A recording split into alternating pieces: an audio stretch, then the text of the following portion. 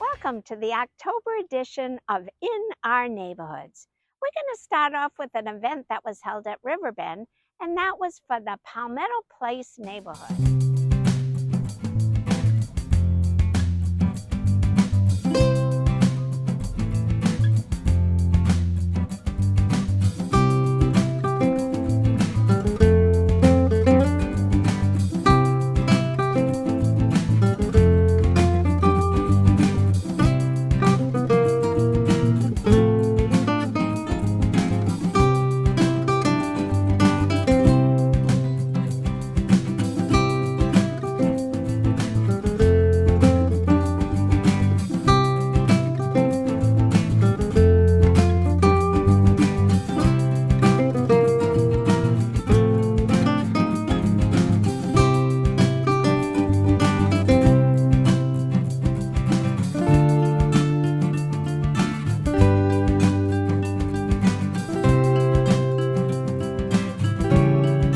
Our Palmetto Place barbecue, and we were supposed to be outside on a beautiful sunny day, and instead we will be inside in a beautiful Riverbend. Yay! And we have these lovely raffle prizes that are, every one of these prizes were donated by our neighborhood.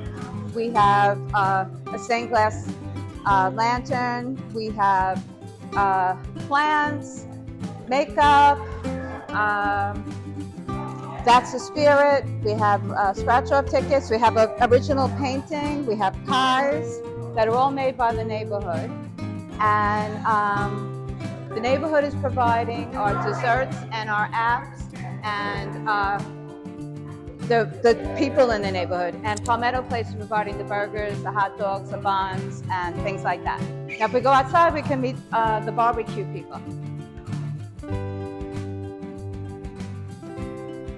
Hi, my name is Charlie Moeller. My wife and I, Jennifer, are the social committee chair people for Palmetto Place. We're having our annual barbecue. My neighbor, Jimmy Castrugini, has been here about a year, and I'm the head chef. a foodie. Yes, the head chef. And he's as you can see, he's a chef, and me and him are out here barbecuing. He's going to do most of the work. I'll do the bunning and everything. And we look forward to a good afternoon. We have about 90 people expected to turn out. Hopefully the rain won't keep any of the people away. Well, I'm going to start with the sliders. We have a beautiful gourmet hamburger with some beautiful Nathan hot dogs that will be cooked to perfection. Joey Chestnut was supposed to be here this afternoon, the hot dog specialist there from Long Island, and could not make it. So I'm going to do my best to have as many Nathans as we can. Thank you.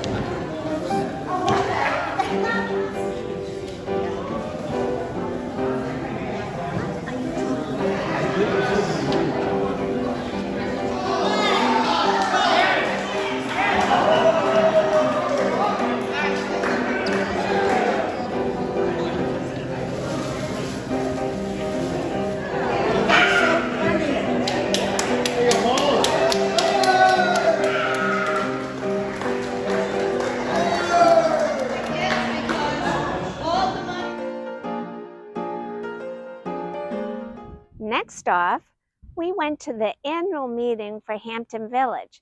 What was important about that is that they had a speaker from Securitas.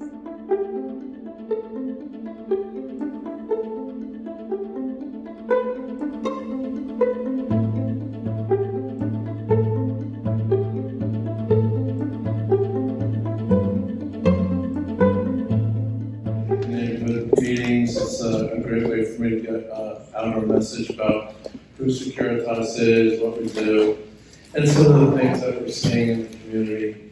A little bit about myself. I'm from North Jersey. I moved down here about 7 years ago. I'm sure there's a lot of Jersey people in here. I was in law enforcement for 25 years. I retired in 2015. In 2018, I started working for Securitas part-time.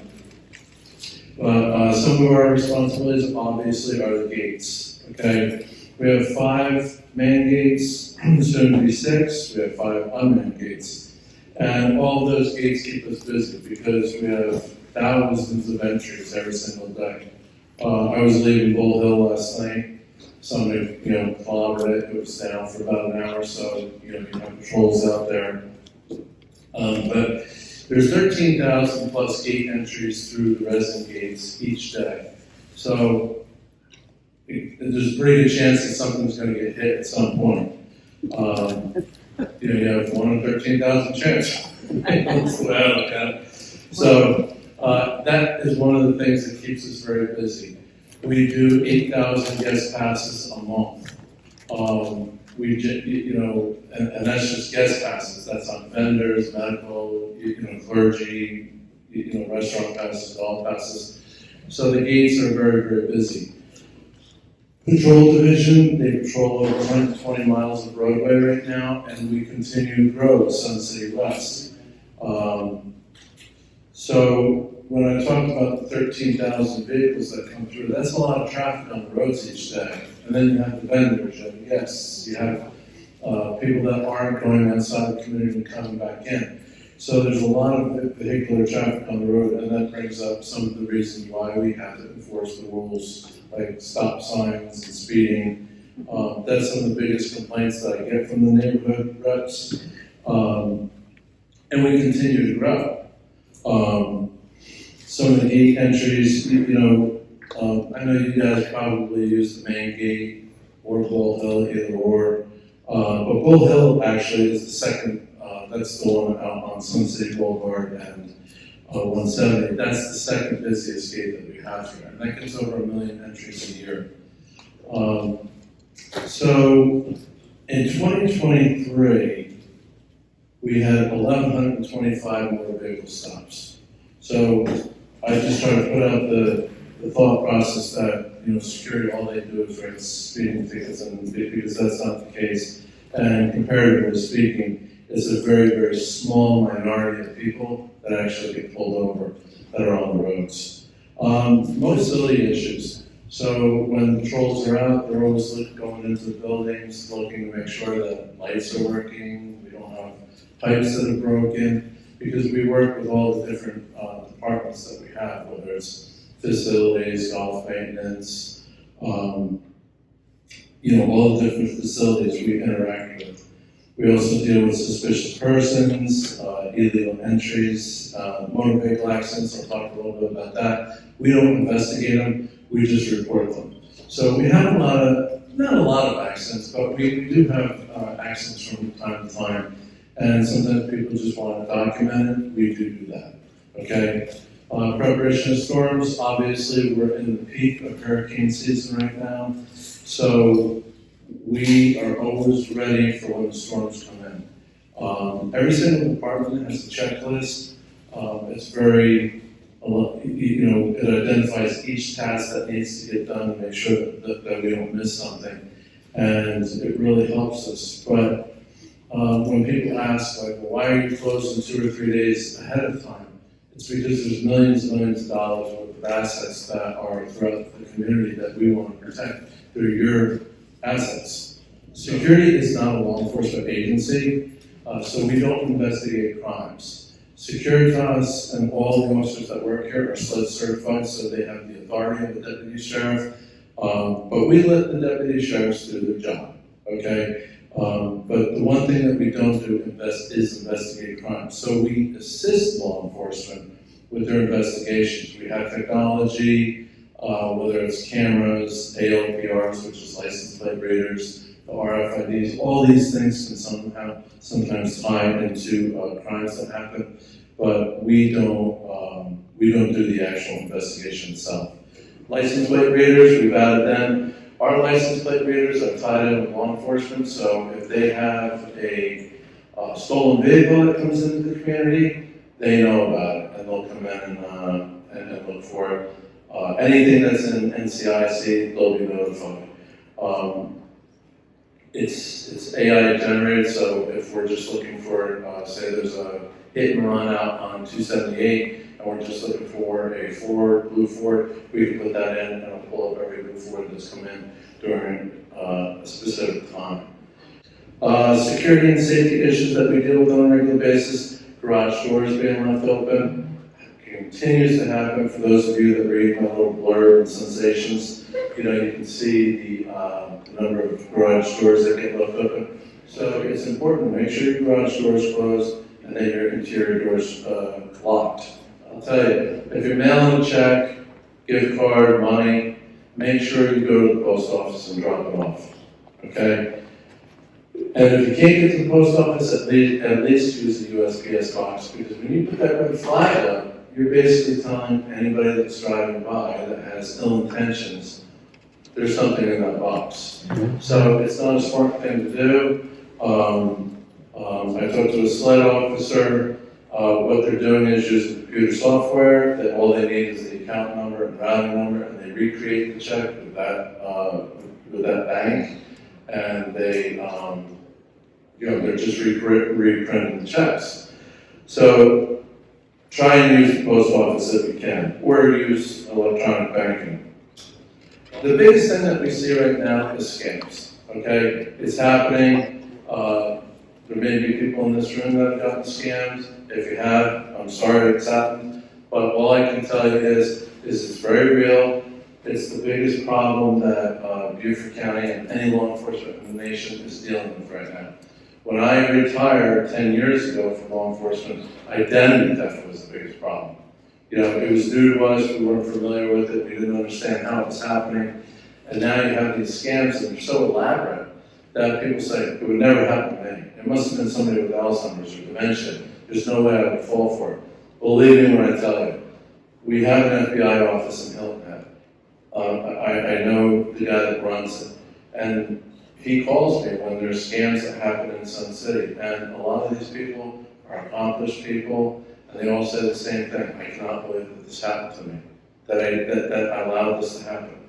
We've had people that have lost over $200,000 and actually met the people because they thought that they were bank representatives. And I'm not saying this to scare you, but I will say this. I talked at a meeting about 6 to 8 months ago, and Eric Kell and I from Beaufort County, we both spoke.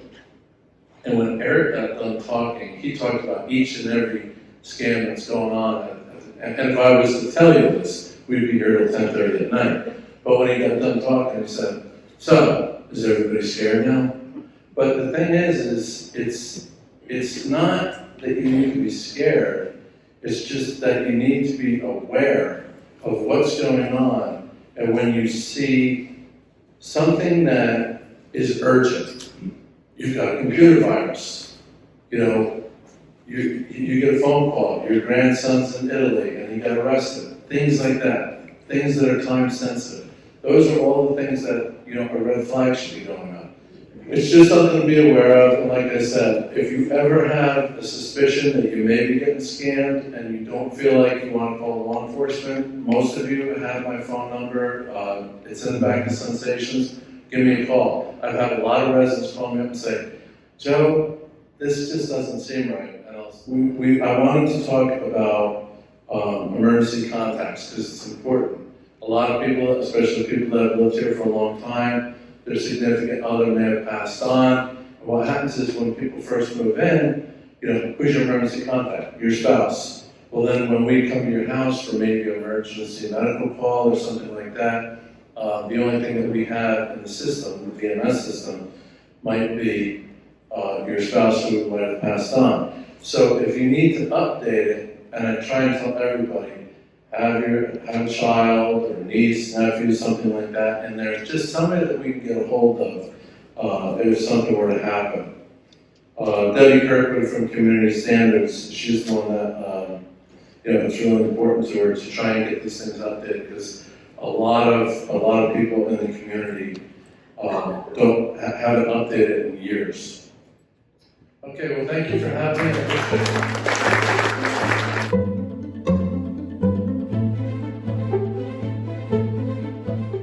Then we went to Riverbend and we met up with a neighbor there. She's part of the avant-gardeners, but her specialty is butterflies.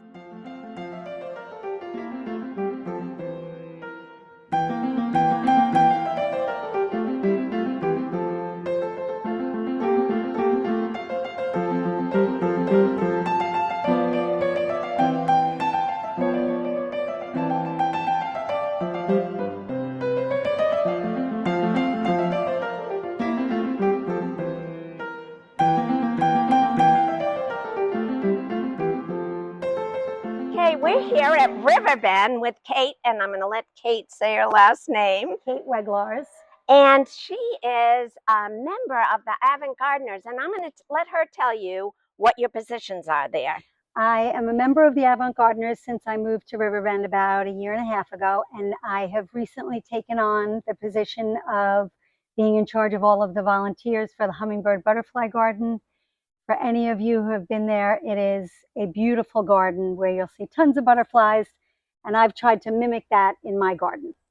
And tell us, because you raise butterflies. I do raise butterflies. I came here from New York about 7.5 years ago and was introduced to milkweed because the deer are just so, they eat everything, and milkweed is one plant that they don't eat, and it just so happens that that's also the plant that monarch butterflies lay their eggs on.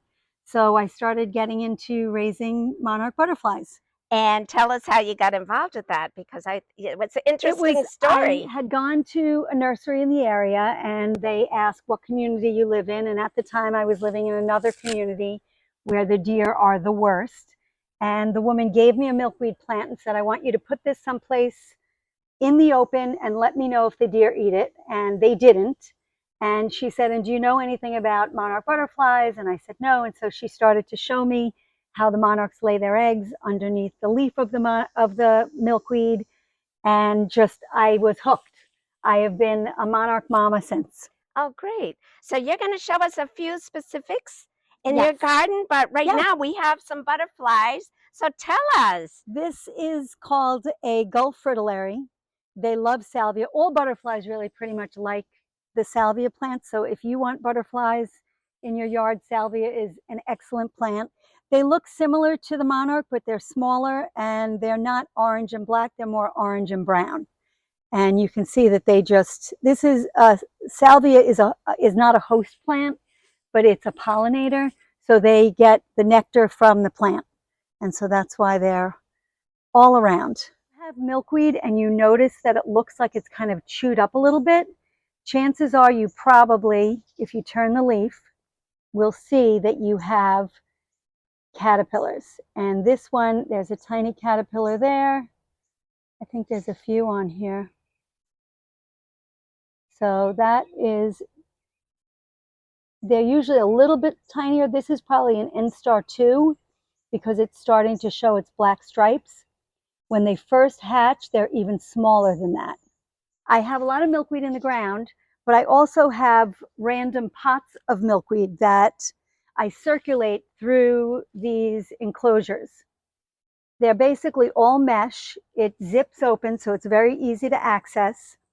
And you can pretty much fit the whole plant in there. So I just put something so that I can keep the plant watered. And when I have eggs or caterpillars, I put it in here and I just let them munch away. So what happens is they will eat through a whole plant, and then I take that plant out. I'll pull off the leaf that the caterpillars are on, lay it on the new plant, and then put the new plant in. There's a chrysalis. You can almost see that if you look real close, you can see like the colors for the monarch inside.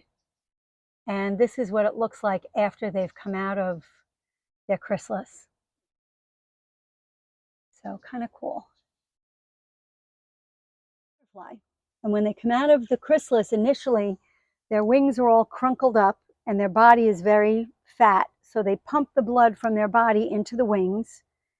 And it usually takes a few hours. And then I'll usually open the enclosure so that when they're ready to fly out, they can. Another host plant, not for monarchs, it's called a cassia tree. It gets these beautiful yellow flowers, and it's a host for the clouded sulfur butterfly, which is those very pale yellow butterflies that are kind of small that you see flying all around. And I don't see any eggs. I had a couple of caterpillars a few weeks ago, but I didn't really keep track of them. So they are probably butterflies and hopefully flying around the garden somewhere.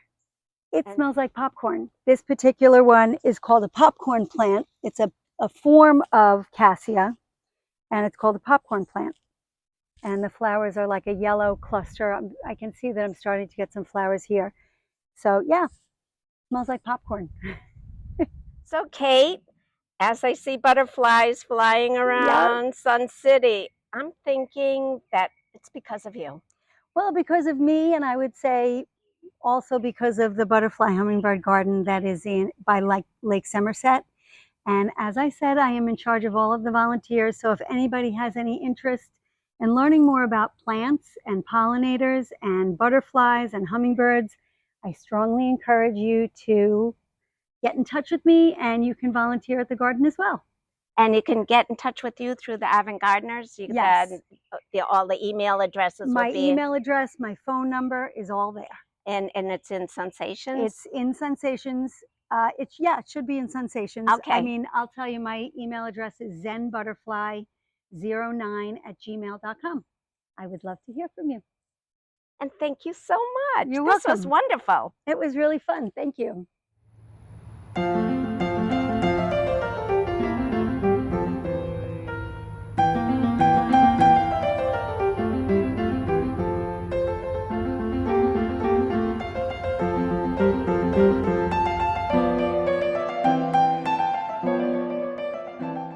Lastly, we went to the dog park.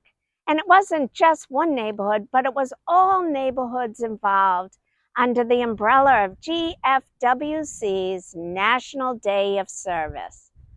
Let's check out this event.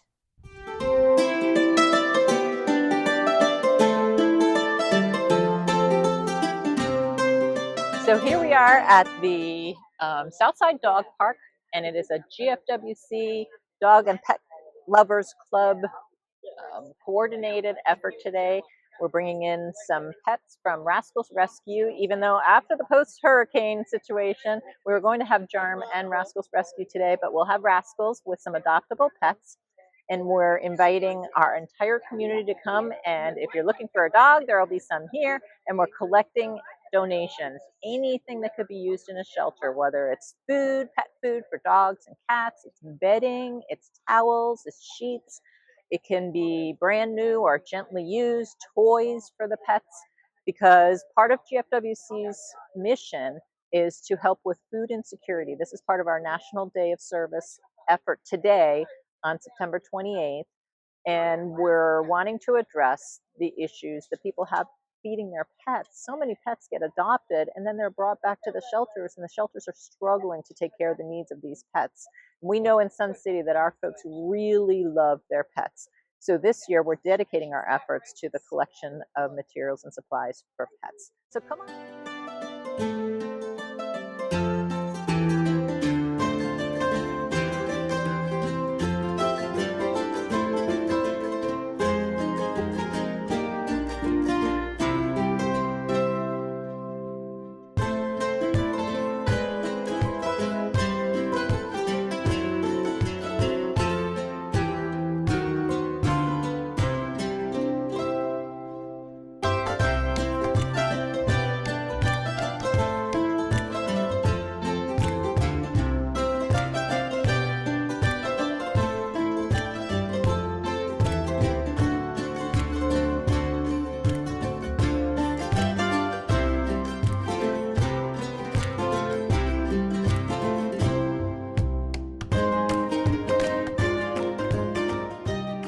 This is Adele, and she's about 4 years old. She's adoptable from Rascals. She rides well in the car, and she's very sweet. She's very sweet.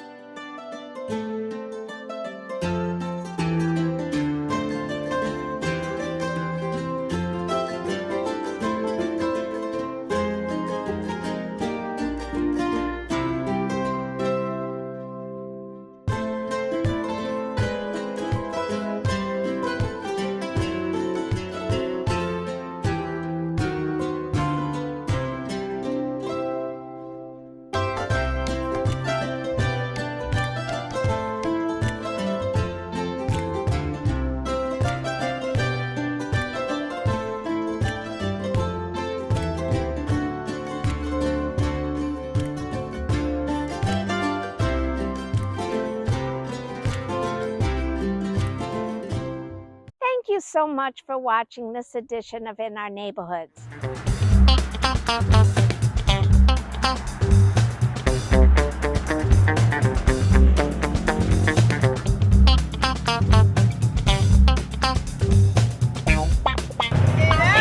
Neighborhood.